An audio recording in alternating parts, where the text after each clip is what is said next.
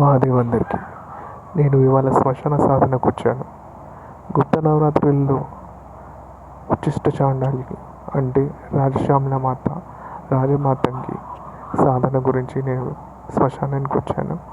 ముందుగా శ్మశానానికి వచ్చాక ఇలా శ్మశాన చితి ఎక్కడైతే పండుతుందో అక్కడ ఫుడ్ చేసుకొని ఆసనం వేసుకొని ఇలా ప్రొటెక్షన్ వేసుకొని కూర్చోవాలి. నేను పడమర దిక్కు ఫేస్ చేసి కూర్చున్నాను.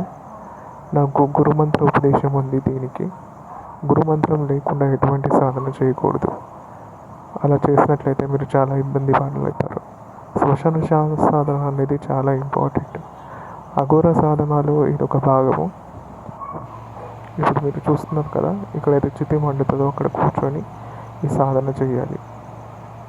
ఉచ్చిష్ట చాండాలిని, రాజమాతంగి ఒక మంత్రాన్ని నేను ఉపదేశం తీసుకున్నాను గురువుముఖంగా ఉపదేశం తీసుకున్న వాళ్ళే శ్మశాన సాధన చేయాలి. అది కూడా గురువు ఆధ్వర్యంలో మాత్రమే.